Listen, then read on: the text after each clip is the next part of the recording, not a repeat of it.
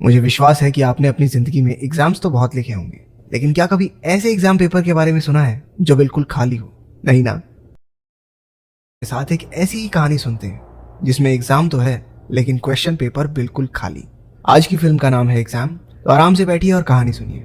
Film की शुरुआत में हम 8 कैंडिडेट्स को देखते हैं जो एक बड़ी कंपनी की नौकरी के एग्जाम के लिए तैयार हो रहे हैं। हम देखते हैं कि एग्जामिनेशन हॉल में रोशनी थोड़ी कम है और सभी कैंडिडेट्स को बराबर दूरी पर बिठाया गया है। वहां उनकी हर हरकत पर नजर रखने के लिए कैमरे भी लगाए गए थे। जब वो आठों अपनी सीट पर बैठ गए तो बंदूक के साथ एक गार्ड रूम में दाखिल हुआ, जिसे देखते ही सब कुछ हद तक परेशान हो गए। उसके बाद वहां एक आदमी आया जो अपना नाम तो नहीं बताता लेकिन खुद को द इन्विजिलेटर कहकर इंट्रोड्यूस करता है। हमें पता चलता है कि वो सब कैंडिडेट्स इससे पहले की सारी परीक्षाएं पास कर चुके थे और अगर आज वो ये टेस्ट भी पास कर लें तो उन्हें अपने सपनों की नौकरी मिल जाएगी। इस टेस्ट के रूल के मुताबिक इन्विजिलेटर उन्हें बताता है कि एग्जामिनेशन हॉल में देश के संविधान का कोई भी कानून लागू नहीं होता और कैंडिडेट्स को सिर्फ और सिर्फ एग्जाम के कानून पर ही चलना होगा। उन्हें गार्ड और इन्विजिलेटर से बात करने की भी इजाजत नहीं है। उसने बताया कि अगर वो जानबूझकर या गलती से भी उनके सामने रखे कागज को बर्बाद कर देते हैं या किसी भी वजह से उस कमरे से बाहर जाते हैं तो उन्हें डिस्क्वालीफाई कर दिया जाएगा। इस टेस्ट को खत्म करने के लिए उनके पास 80 मिनट का वक्त है। उनके सामने रखे पेपर पर सिर्फ एक ही क्वेश्चन है जिसका उन्हें जवाब देना है। क्या किसी का कोई सवाल है? इन्विजिलेटर ने सभी से पूछा। किसी के जवाब न देने पर वो सबको गुड लक कहकर कमरे से बाहर चला गया। जब उन्होंने क्वेश्चन पेपर को पलटा तो देखा कि वो दोनों तरफ से एकदम खाली था। वो सब एक दूसरे की तरफ कंफ्यूज निगाहों से देखते हैं। गुजरते वक्त के साथ उनकी बेचैनी बढ़ती जाती है। कैंडिडेट नंबर 2 ने पेपर पर लिखना शुरू किया कि क्यों वो इस नौकरी के लायक है। वहां लगे कैमरे उसके पेपर पर जूम करते हैं और गार्ड को उसे कमरे से बाहर निकालने के लिए कह दिया जाता है क्योंकि उसने अपना पेपर खराब कर दिया था। नंबर 2 दूसरे मौके की भीख मांगती रही लेकिन गार्ड ने उसकी एक ना सुनी और दरवाजा लॉक कर दिया। कुछ देर बाद नंबर 5 सोचता है कि वो इन्विजिलेटर और गार्ड से बात नहीं कर सकते। इसका मतलब ये भी हो सकता है कि वो आपस में तो बात कर सकते हैं। वो दूसरों को ये बात बताता है जिस पर वो भी विश्वास कर लेते हैं कि उन्हें साथ मिलकर सवाल और जवाब दोनों ढूंढने पड़ेंगे। वो सब मिलकर टेस्ट पास करने के कई तरीके डिस्कस करते हैं। इस दौरान कैंडिडेट नंबर 1 बिल्कुल नहीं बोलता। एक आदमी खुद को इंट्रोड्यूस करने लगता है लेकिन नंबर 5 ने सलाह दी कि उन सबको एक दूसरे के नकली नाम रख लेने चाहिए ताकि उन्हें अपनी असली पहचान ना बतानी पड़े। वो नंबर 1 को डेफ नाम देता है क्योंकि उसने अभी तक एक शब्द भी नहीं बोला था। उन्होंने लड़कों का नाम उनकी जाति के हिसाब से ब्राउन, ब्लैक और व्हाइट रखा, जबकि लड़कियों के नाम उनके बालों के रंग के हिसाब से ब्लॉन्ड, ब्रूनेट और डार्क रखे जाते हैं। व्हाइट सुझाव देता है कि वो अपनी सीट से खड़े हो सकते हैं क्योंकि ऐसा कोई रूल नहीं था जो कहता है कि वो ऐसा नहीं कर सकते।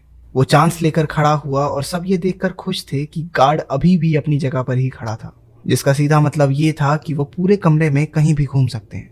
ब्रूनेट को लगता है कि सवाल किसी तरह की इनविजिबल इंक से उस पेपर पर लिखे गए हैं।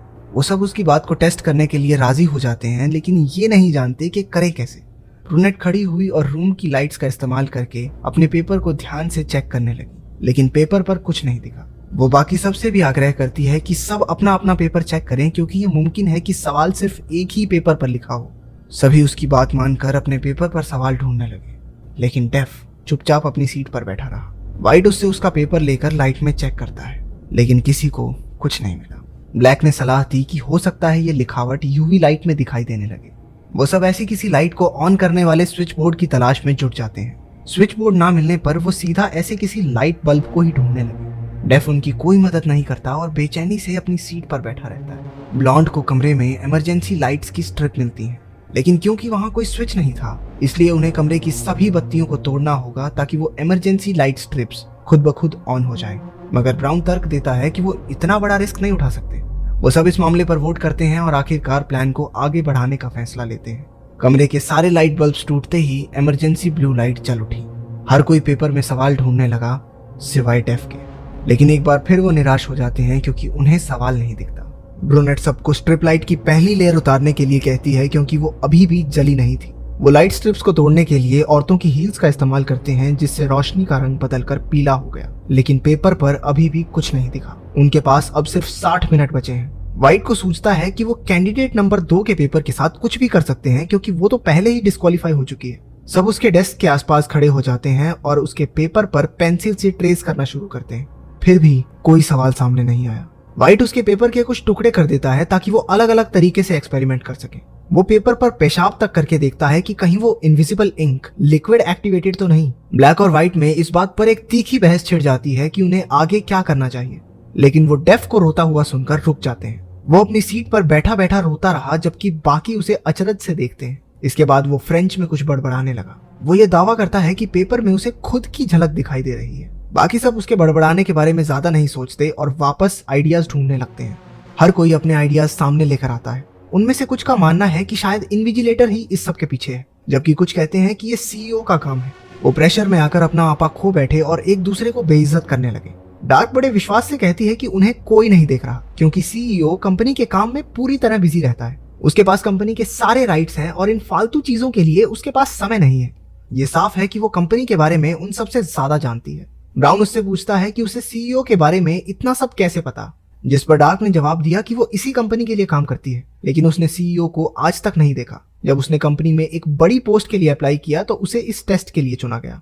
व्हाइट उन्हें बताता है कि उसे ढूंढकर सामने से जॉब ऑफर की गई थी, जबकि बाकी लोग कहते हैं कि उन्होंने खुद जॉब के लिए अप्लाई किया था। एक चीज उन सब में कॉमन थी और वो ये कि उनमें से कोई भी कंपनी के बारे में कुछ नहीं जानता, क्योंकि उनसे कोई भी सवाल ना पूछने के लिए कहा गया था। डार्क उन्हें बताती है कि वो एक जानी मानी फार्मास्यूटिकल कंपनी बायरॉग है। कुछ साल पहले जब एक महामारी पूरी दुनिया में फैल गई थी तो उसका इलाज सबसे पहले इसी कंपनी ने ढूंढा था। इस वक्त उनका सालाना टर्नओवर $20 बिलियन है।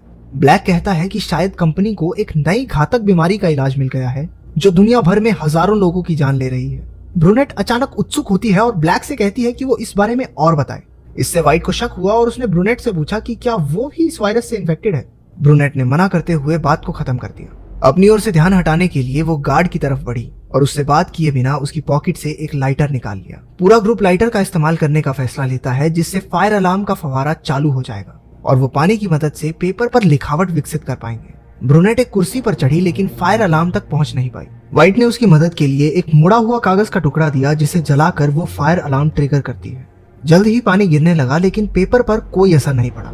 अचानक से गार्ड उनकी तरफ बढ़ने लगा। ब्रूनेट अपने हाथ में पकड़े कागज को खोलकर देखती है कि वो उसका अपना ही पेपर था। अपना कंपटीशन कम करने के लिए व्हाइट ने उसे धोखा दिया था। गार्ड उसे खींचकर कमरे से बाहर कर देता है। वो जाते जाते व्हाइट को एक घटिया धोखेबाज आदमी कहती है। गुस्से में ब्लैक व्हाइट की ओर बढ़ा और बोला कि वो एक घूसा मारकर उसकी बत्ती बुझा देगा। अचानक से रूम की बत्ती बुझ गई।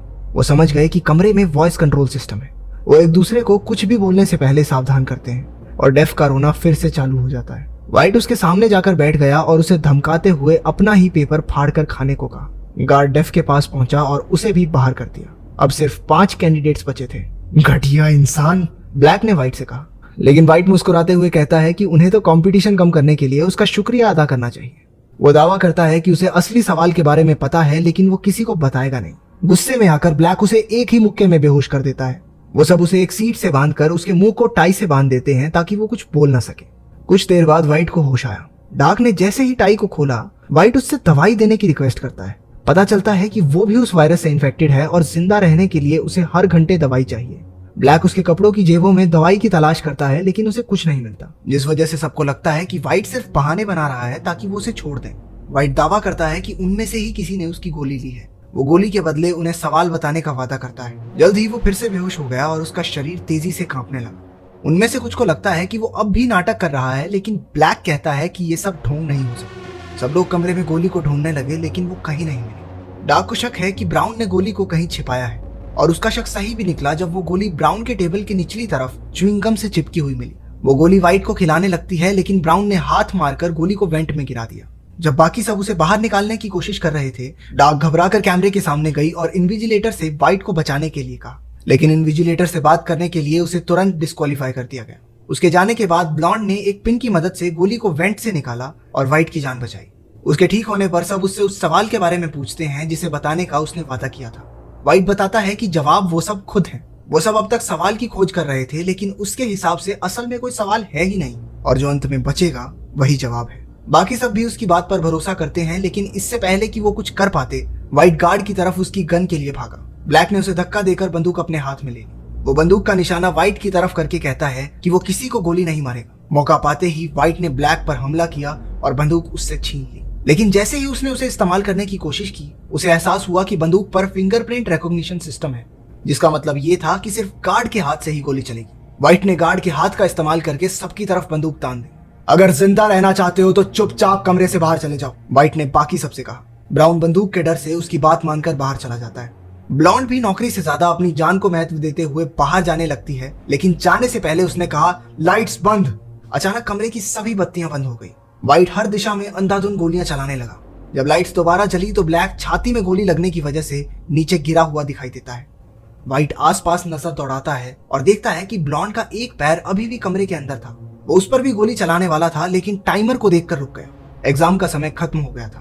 व्हाइट कैमरे के पास जाकर इन्विजिलेटर से कहता है कि वो इस कंपटीशन का विजेता है। गार्ड ने उसके पास आकर उसे टाइम दिखाया। व्हाइट को यह देखकर झटका लगा कि अभी भी 20 सेकंड बाकी थे। उसे टेस्ट के दौरान इन्विजिलेटर से बात करने के लिए डिस्क्वालीफाई कर दिया गया। हमें पता चलता है कि जब वो सब सवाल ढूंढने में मसरूफ थे, तब डेफ ने चुपके से घड़ी का समय बदल दिया था। आखिर में एक ही कैंडिडेट बचा है, ब्लॉन्ड। उसने जमीन से डेफ का चश्मा उठाया जो उसे बाहर ले जाते वक्त नीचे गिर गया था। उसकी मदद से वो पेपर पर क्वेश्चन 1 लिखा हुआ देखती है। उसे जबरदस्त धक्का लगा जब डेफ कमरे में आकर उसे बताता है कि वो ही असल में कंपनी का सीईओ है। वो टेस्ट के दौरान सब पर नजर रखने के लिए ही वहां मौजूद था। ब्लॉन्ड उसके पास जाकर कहती है, नो। इन्विजिलेटर और सीईओ उसे देखकर मुस्कुराए, क्योंकि उसने सवाल ढूंढ निकाला था और टेस्ट में पास हो गई थी। पता चलता है कि जब टेस्ट की शुरुआत में इन्विजिलेटर ने उनसे पूछा था कि क्या किसी का कोई सवाल है, यही वो सवाल था जिसका जवाब उन्हें देना था। ये पूरा एग्जाम कैंडिडेट्स की होशियारी और अटेंटिवनेस का टेस्ट करने के लिए था। वो ब्लॉन्ड को सीईओ की सेक्रेटरी बनने का ऑफर देते हैं, लेकिन वो ये नौकरी स्वीकार नहीं करती, क्योंकि वो एक ऐसी कंपनी के साथ काम नहीं करना चाहती जहां पर लोगों को मारा जाता हो। जिस पर इन्विजिलेटर ने उसे बताया कि ब्लैक असल में मरा नहीं है, क्योंकि जो गोली उसे लगी है वो असल में एक कैप्सूल है जो बॉडी में जाने पर घाव को ठीक कर देता है। असल में यही उनके द्वारा बनाई गई करिश्माई दवाई है जो दुनिया की किसी भी बीमारी को ठीक कर सकती है। आखिर में ब्लॉन्ड जॉब एक्सेप्ट कर लेती है और सीईओ से हाथ मिलाने पर फिल्म खत्म। नीचे कमेंट्स में अपने हिसाब से कहानी का फेवरेट पार्ट जरूर बताइएगा। कहानी पसंद आई तो लाइक कर देना और ऐसी ही और वीडियोस के लिए सब्सक्राइब।